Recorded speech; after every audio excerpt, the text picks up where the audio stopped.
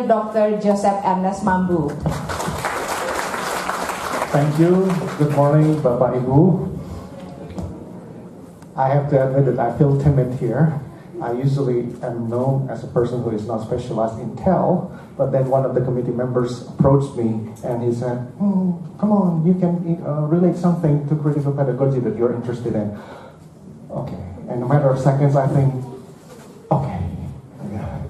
So maybe after listening to Pak Jati's presentation, I feel like coming from a Singosari era, struggling to find a way to integrate technology in language learning. Okay, my title is Critical ELT Perspective for ELT, and I will start from the quote from one of the respectable critical ELT scholars, Graham Crooks from the University of Hawaii in Manoa, the United States. So critical pedagogy or critical ELT, according to him, is teaching for social justice in ways that support the development of active, engaged citizens who will, as circumstances permit, critically inquire into why the lives of so many human beings, perhaps including their own, are materially, psychologically, socially, and spiritually inadequate. Citizens who will be prepared to seek out solutions to the problems they define encounter and take action accordingly.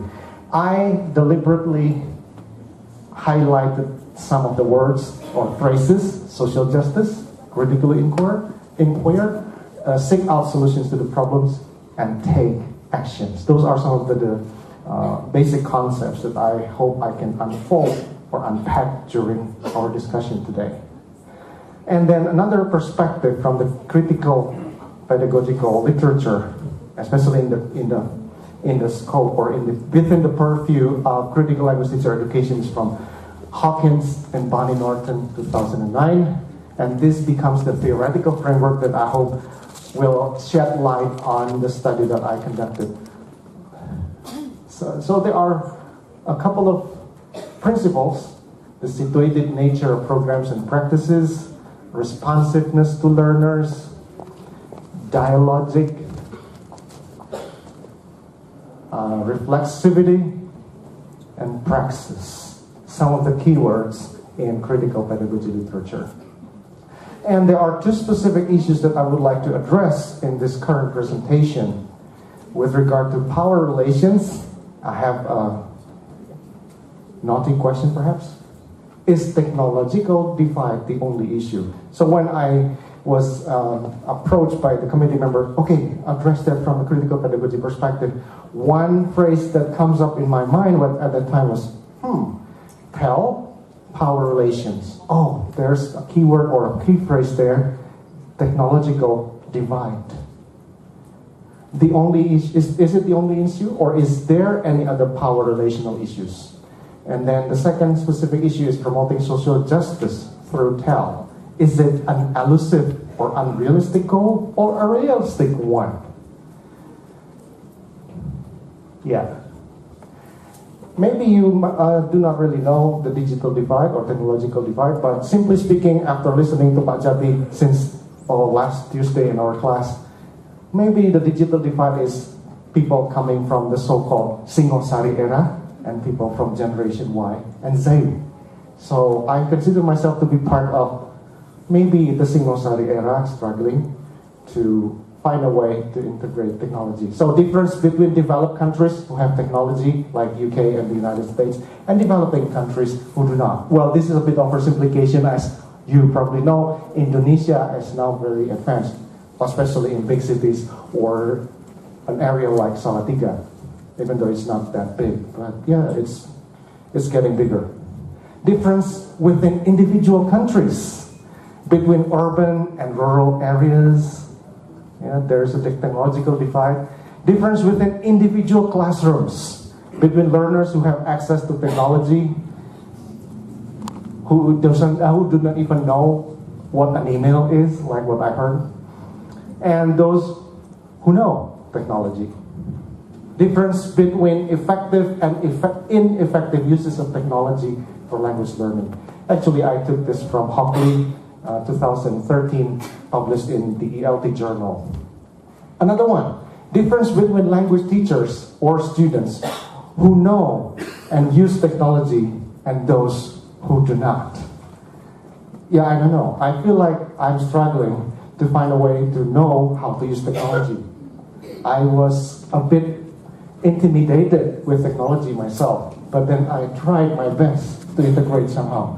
But then there are some paradigms that I need to shift myself.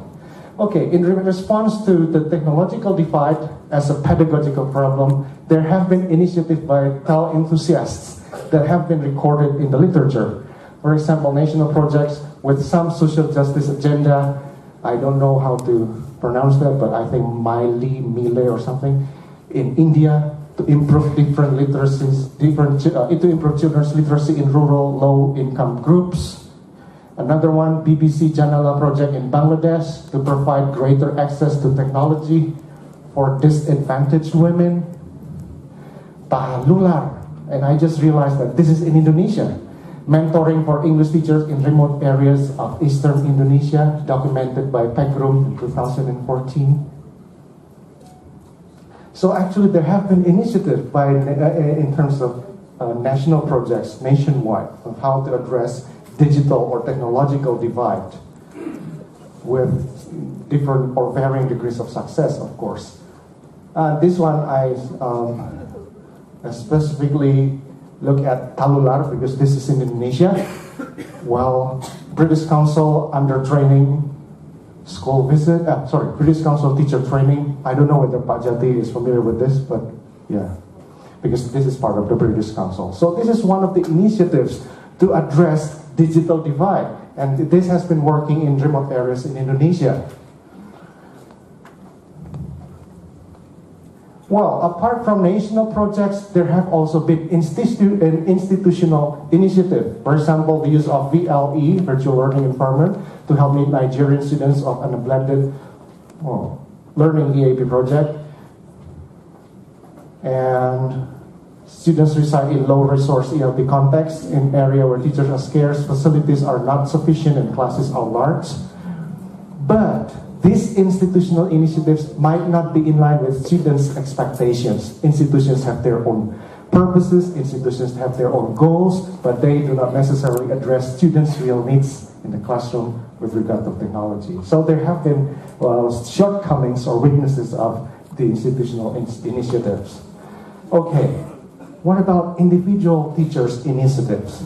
Well, there has been an edited collection, for example, by Moteram, Tomlinson, and Whittaker in 2013. They are experts in materials development for ELT. Also in Indonesia, back home to Indonesia now.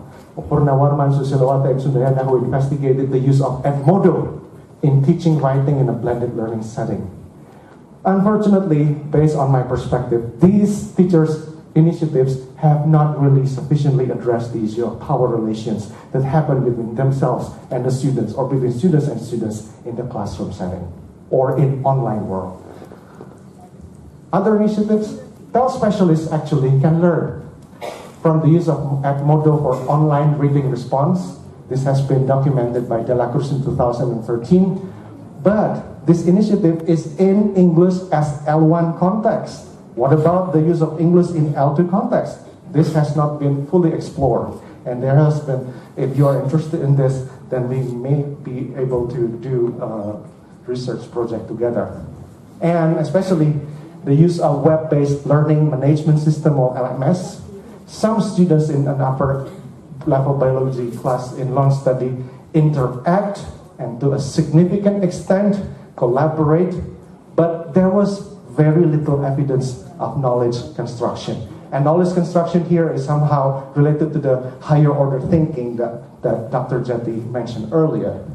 And what is actually knowledge construction? This is from Lund's theoretical framework. As you see here, at the very surface is basic interactions like two students chat online about last week's trip to Mexico. That's only at the superficial level. But then more deeply, they are doing collaboration. Students use the LMS communication tools to discuss the findings of recent research article about Mars, more deeply. But at the core is knowledge construction. A group of students use LMS communications tools to discuss their theories about what causes lightning and together arrive at a new shared understanding of this weather phenomenon. So they try not only collaborate, but they try to construct or shape knowledge together.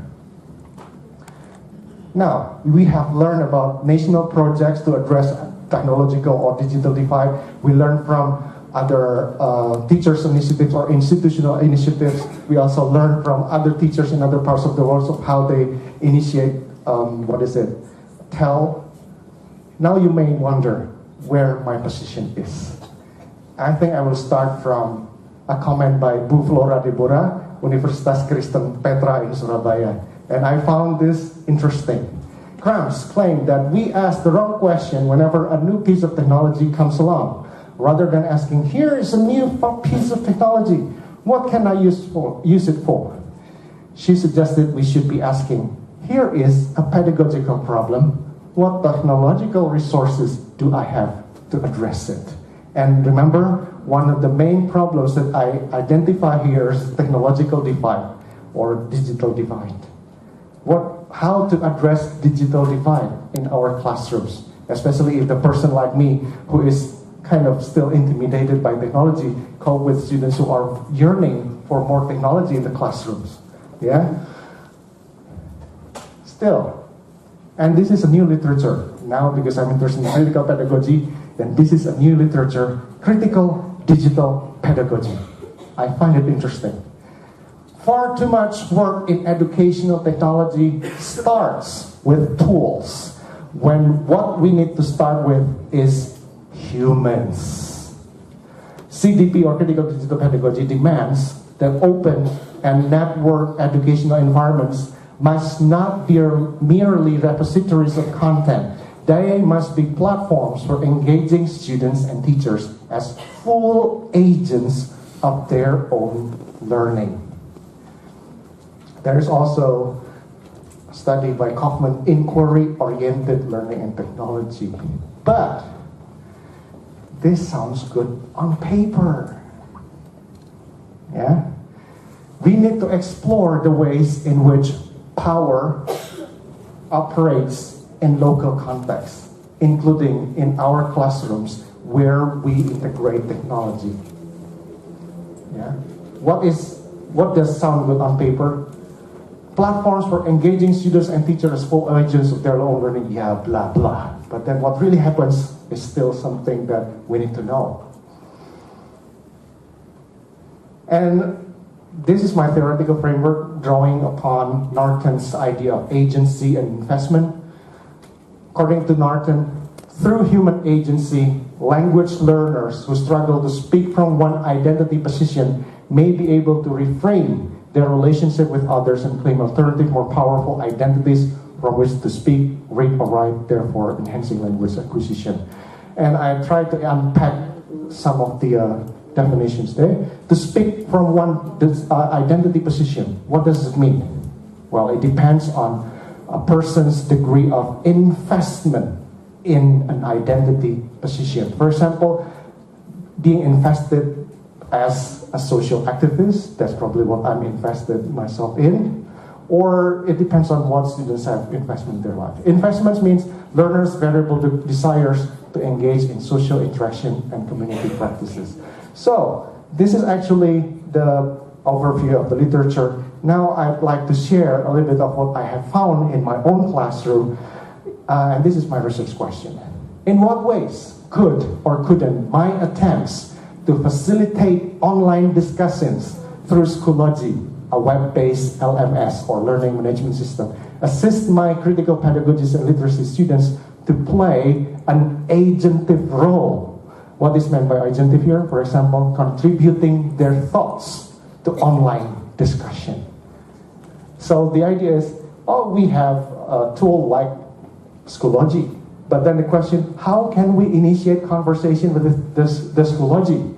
Remember the literature on critical digital pedagogy? Technology will help us to engage learners, to communicate their thoughts. But then, that sounds good on paper. We still need to know what really happens in the classroom. Is Schoology really helping me to initiate discussion or meaty discussion with my students? This question was based on a pedagogical problem I have noticed over the years. Some students were too reticent, sungkan, enggan, wagah, to engage in classroom discussions and be agents of their own learning. So I was curious about whether online discussions with Schoology as a technological resource could better address this problem. Yeah, that's my simple question. Can a tool like Schoology really help students to be engaged with the teachers and fellow learners to have quality discussion? Sub-questions: how did power relations emerge in teacher-students and student-student interactions in Schoology? Why? Were they due to students' varying degrees of investment in social justice issues? The next sub-question: how were social justice issues constructed on online discussions mediated by Schoology? The context of my study: Critical Pedagogy and Literacy is an elective 2-credit course which I offered from January 11 to April 11, 2016 at the English Language Education Program, Universitas Kristen Setia Lancana Salatiga. And I was thrilled when I look at her. She's one of my students long time ago, and she took that very course without technology like this.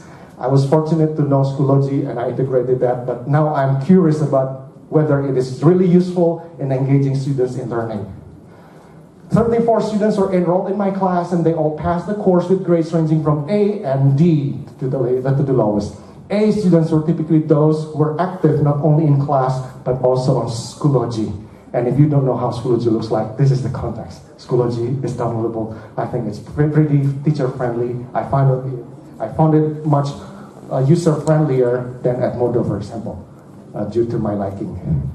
Data collection method: with students' consents, all of their responses on Schoology were documented. I saved the elicited responses based on my prompts for online discussions.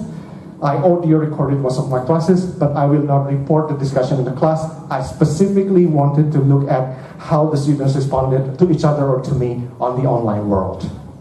Sometimes after a class, I reflected my teaching session by typing it down in a Word document file, but this is also not something that I would like to report here. Data analysis procedure: to answer the question of in what ways could or couldn't my attempts to facilitate online discussions through Schoology assess my critical pedagogy and literacy students to play an agentive role to the online discussions. Data were analyzed by, first, identifying those who were not actively engaged in the online discussions and those who did not. I coded themes emerging from those actively engaged in the online discussion in light of Hawkins and Norton's responsiveness to learners, dialogic, reflexivity, and so forth and so on.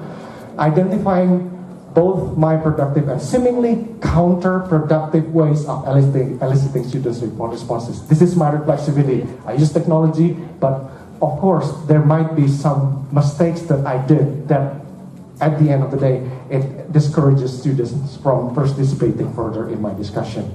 Findings: I did tallying. I provided actually 43 initial prompts plus 16 probing comments in some of the initial prompts. So I have 59 comments throughout the semester, or prompts for the students to participate in the online discussion. But out of 34 students enrolled in the critical pedagogy and literacy class, 16 students, or only 47.06%, liked my or their peers posting on Schoology, which indicates that they were not that engaged. I'm afraid that technology is not really powerful here in this sense. 18 students, or 52.94%, provided verbal responses to my and their peers posting on Schoology. So, only around 50% were engaged. I was curious about what happened. Okay. From 16 students, remember I had 34 students. From 16 students who liked my and their peers posting in Schoology, only 8 students, or 50% of the 16 students, or only 23-something% of the 34 students liked my and their peers postings more than once. Okay, that's interesting, but it's a gloomy picture. What happened? The next, the top 4 students who like my and their peer postings are Rego, Rini, Virgo, Ling. all pseudonyms. Only few students. From 18 students who provided verbal responses to my and other peers' postings, only 7 students, or 20% something of the 34 students, provided verbal and extended verbal responses to my and their friends' postings more than once. So what happens to the rest? They were silent on the online world. I began questioning, what really happened? Is it really working? The technology is really working as promised? Well, I don't know. Some students whose verbal responses are very constructive and thought-provoking are those of Rego, Virgo, Rini, Vera, and Ling pseudonyms. Okay, let me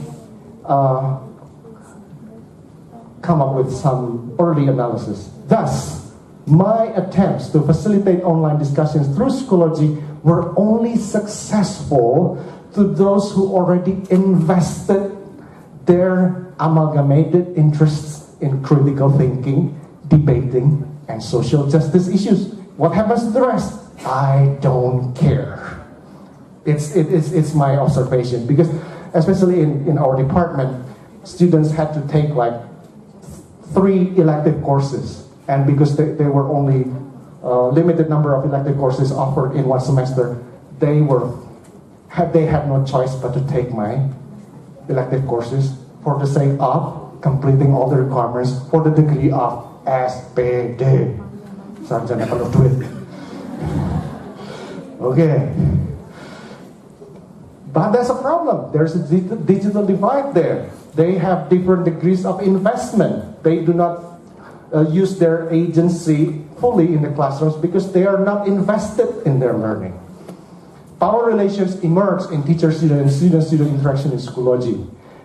And this is my little bit naughty comments. Those highly invested in critical thinking, debating, and social justice were my quote-unquote favorite students. And in fact, I was involved in perpetuating atau melanggengkan power relations, even though I'm addressing it, but somehow that's the irony. I have some favoritism on my part as well. This only made the gap between me and my quote-unquote less favorite students wider, and so was the gap between my favorite students and those who were not highly engaged in my critical pedagogy class.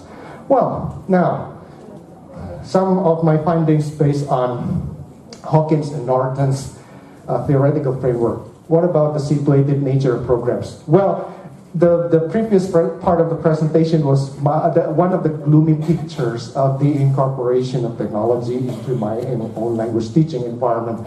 But there are some positive sides from technology, especially those who were quote-unquote my favorite students did or were really engaged in my class, because there was some discussion about local and specific issues like ASEAN Economic Community, or AEC. Even though the comment is interesting, I finally found the powerful economic organization that I mentioned earlier in class. It was MEA. I thought MEA means Masyarakat Ekonomi ASEAN. But the student came up with another definition. MEA, Middle East Association. Oh, okay, but at least the issue of AEC came to the fore in the class, so it was kind of successful. Okay, responsiveness to learners, according to Hawkins and Norton, teachers, educators incorporate teacher-learners' language and cultural knowledge, desires, and histories. Yeah, so Schoology is a great tool that I could use, that I could utilize to be more responsive to my students' needs, especially in responding to critical issues that they bring. And it creates a more dialogic environment, even though only few students were really dialogic. Unfortunately, many of them were not engaged. But at least within the gloomy picture, there are some rays of hope that I can be quite proud of right now. For example, dialogic means understanding or constructed, remember the construction of knowledge, and mediated by language teacher educators through collaborative dialogues. Sample dialogue with Rego and social justice. Of course, they are too small, but I find it very challenging. So I offer the idea of social justice, Some agree, some have some reservations about social justice means. So they have some thoughtful thoughts on social justice that I didn't really anticipate. I assumed earlier that all people will agree with the idea of social justice, but some of my students even problematize or criticize social justice. So there was a dialogue, and dialogue here means sometimes you challenge other people's understanding or assumption, or taken for granted assumptions. For example, yes, it is hard sometimes to find the fixed standard of justice. I don't know why, but after learning about this, I came to the sense that the notion of social justice does not exist. Oh, wow, I found it shocking. I thought everybody will agree with me that social justice is important. But with this platform, online platform, I could initiate a conversation, a critical conversation like this, even to the extent that they challenge my position. Next one, this is more clearer, I guess. Blah, blah, blah statement which said all of that kind of construction are not social justice. It's only agreement by the majority. Triggers a question that if social justice is being constructed by the majority, how can it be called social justice? Because the way people see the justice itself will be different. Oh wow, I've never thought of that. So this is kind of dialogic that blows my mind. So this is really happening. I remember telling you the gloomy picture, but within the gloomy picture, there were rays of hope. There is possibility that students can come up with something that even the teacher cannot even know how to address. Well, I leave it open-ended. I didn't know how to respond to that. And even some of my students who was also members of the English debating society in our Satya Wacana Christian University, or UKSW. We are not supposed to call it SWCU anymore, by the way. They came up with, they challenged me with difficult terms like, we need to set parameters for social justice. Oh my gosh, what does that mean? Yeah, so they challenged me to that extent. So this is possible through Schoology. And we also have dialogues on the notion of beauty. I have some prompts here who has shaped our understanding of beauty, and a couple of students responded to how they understand beauty in a critical way. Now, on to reflexivity, the next principles in critical language teacher education suggested by Hawkins and Norton. Teacher educators reflect on their own pedagogical practices. These reflections contain analysis of what they have done. So it's like looking back on what I have done so far.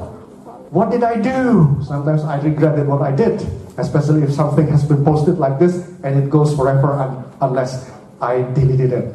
But for the purpose of reflection, I maintain some of the comments that I had. For example, this is my reflection. Am I too rude? Yeah?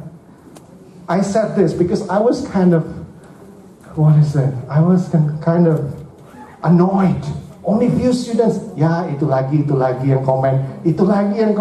Where are the rest? This is what I say. Silence does not always mean go. It might also indicate ignorance, unfortunately. Am I too harsh? Maybe. And it can be counterproductive. But I have to admit, I got carried away with my emotion. Come on, guys. You have to be critical. Yes, that's what you have in mind, but I don't bother being critical. If the students think that way, who am I to force them to do so? Yeah. Another reflexivity is something like this. I could have brought up a local issue.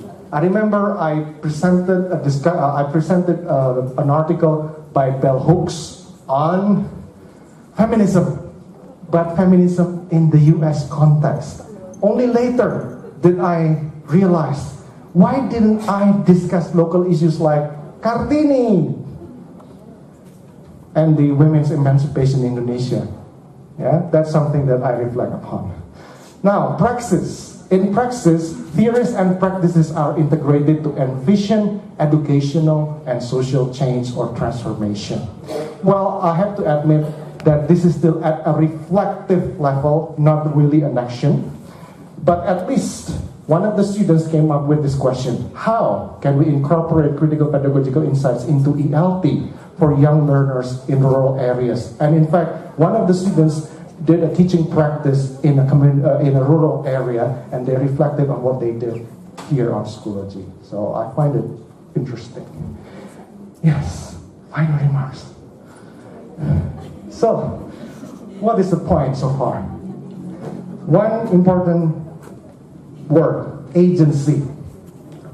Agency is manifest in students based on the findings who are greatly invested in critical and social justice issue, and those comfortable enough to be part of, to use Boyd's phrasing, the disembodied nature of the online process. What is meant by disembodied? As you see, many of my students' critical reflections are in verbal responses. They are kind of disembodied. If it is fully embodied, it involves different parts of the body, like movements or what? Not only words, basically. But it was limited because it is very disembodied, only responding verbally. So the implication is for TEL enthusiasts to also integrate different modalities in learning. Like, I think I found the notion of digital storytelling powerful. The use of Powtoon, a word that I only knew just yesterday from my students. Yeah. Another reflection. Have you ever heard the notion of Matthew's effect? Matthew. This is from the Apostle of Matthew in the New Testament, in the Holy Bible of the of Christianity. Basically, which means the rich get richer, the poor get poorer. Those highly engaged or greatly invested in critical and social justice get richer, those who weren't get poorer. So I think the idea is that for the students to realize that sometimes online learning is ironical. If they're invested in something, they can get richer. If they don't, whatever technological tools you have at your disposal, they don't care. Yeah. And I see maybe the digital divide also happens, after listening to Pak Jati, within generations. For example, I come from maybe Generation X. There is a digital divide among Generation X. Later, within Generation Y, they also have digital divide among themselves. We cannot overgeneralize that all digital Y students will have exactly the same characteristics. And I think TEL enthusiasts, this is my recommendation, need to pay attention to the power relations or digital divide or technological divide that might also occur or happen within generations. That's the next challenge. And then, open and network educational environments must not merely repositories of content. They must be platforms for engaging students and teachers as full agents of their own learning. The remaining challenge is how. It sounds good on paper, but again, the challenge is how, especially to those who are not deeply invested in the subject matter. Just another way to push my own limit. I thought it was not very successful because I engaged only few students. In another class in which I also used,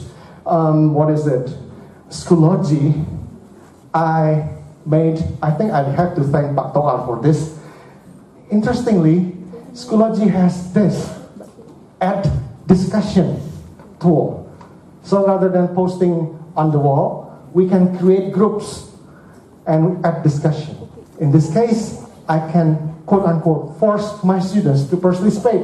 We can give incentives, even though it's not sounds very good. We can give incentives like, if you do participate in group discussion, you will be more highly graded or something like that. But I understand, I just realized from Pak Gumawang Jati, my mentor in technology, that this is, Schoology or Edmodo are for Singosari, people who like authority, in a way to be reflexive. I have to admit, this is my style. I like Schoology, but there are issues of philosophies that I have just taken for granted that I need to explore further.